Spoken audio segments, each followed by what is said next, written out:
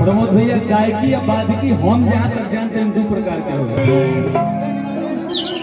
पिया पिया कहता क्या बात है कि हमरो चाहत के नदिया में प्रेम के रस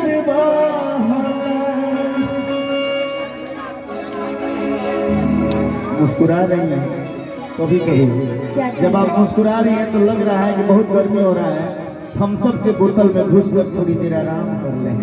चम्मच में ना तो चम्मच में कि ओठ के लाली कान के बाली पिया पिया कहता कि हमरो चाहत के नदिया में प्रेम के रस बहता।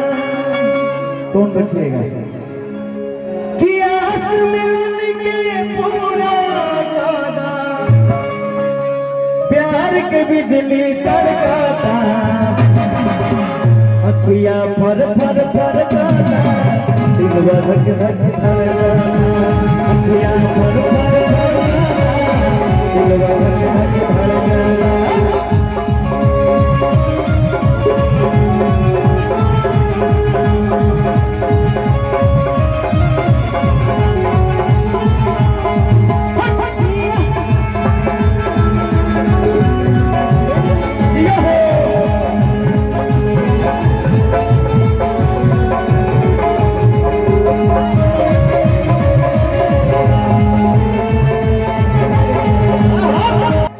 अंतिम में भाव लागल कि बिन पानी के मछली जैसा भाई हमरो हाल बा।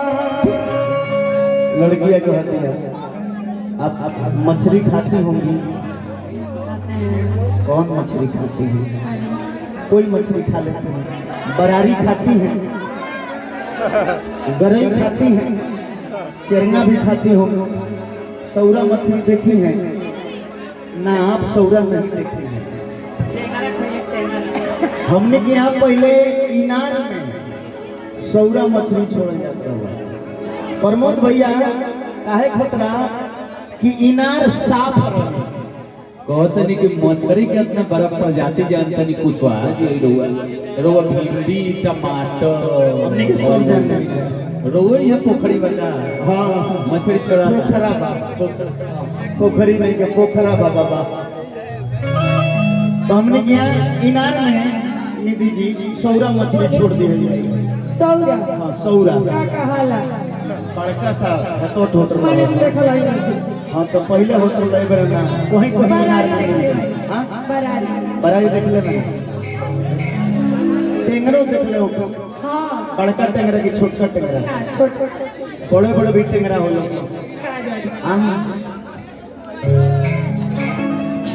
कि बिन पानी के मछली जैसा भाई हमरो हाल बा कि का बताई ए दिल जानी कहीं से भी कल साल बा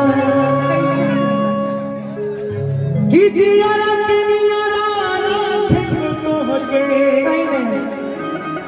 सही में प्रमोद भैया बहुत तरीके सही नहीं माने कहने से हो जाएगा कि रखबो करेंगे। तो तू देख ली हो, पहले बटन अगर तारा लगे नजर होई तो तू देख ली हो। आ तनी हो देख ले कि आसपास में और कौन कौन लोग बा। कौन शादीशुदा इंसान है। स्टेजवा पे नहीं ना। हां ए पर ना सब जगह जियारा के नियारा राखे बतोगे खुशी से अखिया बरसाता अखिया फर फर फर जाता दिलवा धक धक